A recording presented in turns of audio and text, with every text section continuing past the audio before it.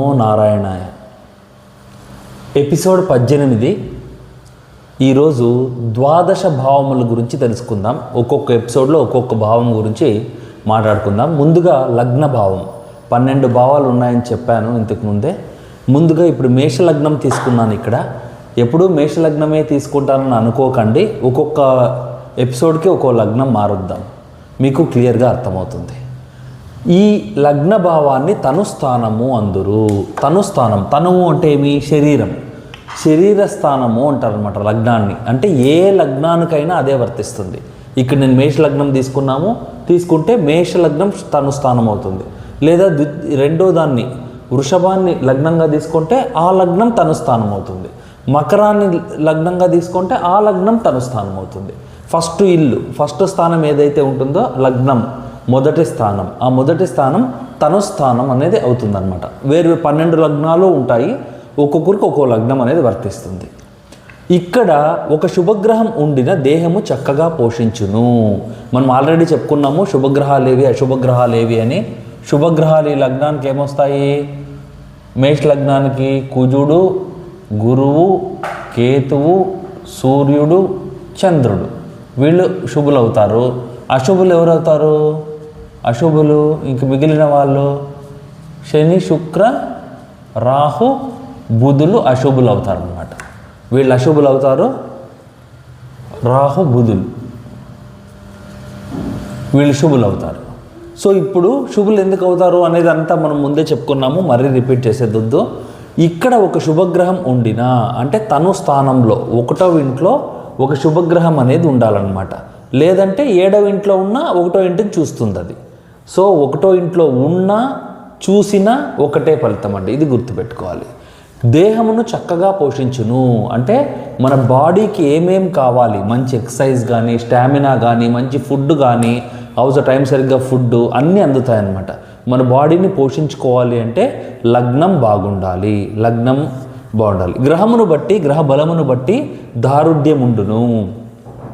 శుభగ్రహమే అయినా శరీర దారుఢ్యం అనేది సూర్యుడు ఉంటే ఒక రకంగా ఉంటుంది, కుజుడు ఉంటే ఒక రకంగా ఉంటుంది, చంద్రుడు ఉంటే కోమలంగా ఉంటుంది, సూర్యుడు ఉంటే రాజు క్యారెక్టరిస్టిక్ కాబట్టి స్ట్రాంగ్గా ఉంటుంది బాడీ.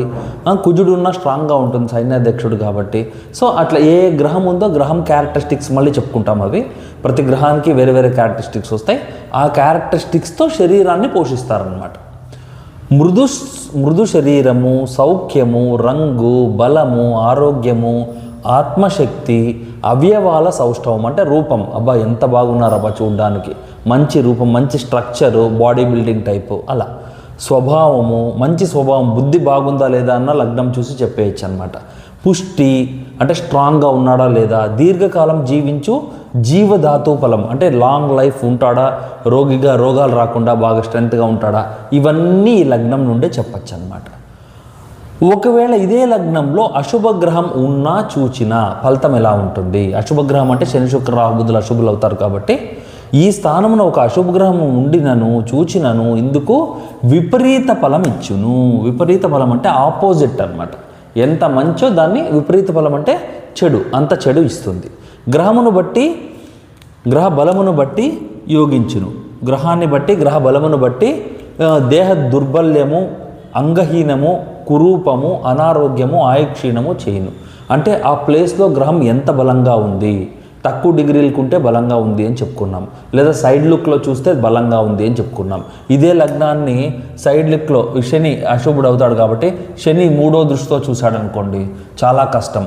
లేదా ఏ శుక్ర, రాహు, బుధులు వీళ్ళకైతే సైడ్ లుక్స్ లేవు కాబట్టి శుక్రుడు ఇక్కడ ఉండో, రాహు ఉండి, లేదా బుధుడు లగ్నంలో ఉన్నాడు అనుకోండి, ఈ లగ్నానికి అశుభులు కాబట్టి వీళ్ళు తక్కువ డిగ్రీలకు ఒకరుంటే కొంచెం అంగహీనత అంటే కొంచెం ప్రాబ్లమ్స్ వస్తాయి. 2-3 ఉన్నారనుకోండి, ఇలా ఇది ఏ ప్లేస్మెంట్ ఉంది, 4 చూస్తున్నారు ఇప్పుడు అశుభులు అంటే వాళ్ళ బాడీ చాలా వరకు క్షీణించిపోతుంది, చాలా వరకు వాళ్ళ బాడీ ఏమవుతుందంటే కృషించిపోతుంది అని చెప్పవచ్చు అనమాట. ఇట్లా ఎంతమంది ఎక్కువ అశుభులు ఆ ప్లేస్లో చూస్తే అంత తీవ్రత అనేది ఉంటుంది బాడీకి. అలాగే శుభులు కూడా ప్లస్ చేయాలంటే శుభులు చూడాలి, నెగిటివ్ కావాలి అంటే అశుభులు చూడాలి. రైట్. నోట్, ఇక్కడ ఒక పాయింట్ నోట్ చేసుకోవాలండి. మనము ఆయుస్థానమున జనరల్గా మనము ఆయువు గురించి మాట్లాడాలంటే ఆయువు స్థానం 8వ స్థానం అండి. ఆయుస్థానము. ఆయుష్ గురించి చూడాలి అంటే 8వ స్థానాన్ని చూస్తాం లగ్నం నుండి. ఆయుస్థానము. ఆయుస్థానంలో ఒక శుభగ్రహం లేకున్నా, ఒకవేళ ఆయుస్థానంలో శుభగ్రహం అనేది లేకపోతే, లేదనుకోండి అశుభగ్రహం ఉంది అనుకోండి, అప్పుడు లగ్నమునున్న పాపగ్రహమే దశాభుక్తుల యందు చంపును. లగ్నంలో ఉండే పాపగ్రహమే, లేదా లగ్నాన్ని ఉన్నా లేదా లగ్నాన్ని చూచినా, ఉండడం వేరు చూడడం వేరు అనుకోకండి. ఉన్నా చూచినా ఒకటే. 7వ ఇంట్లో ఉంటే లగ్నాన్ని చూస్తుంది, లేదా సైడ్ లుక్లో చూసినా లగ్నాన్ని చూస్తుంది. ఉన్నా అంటే చూచినా అంత రెండు ఒకటే మీనింగ్ అండి, అది అర్థం చేసుకోండి.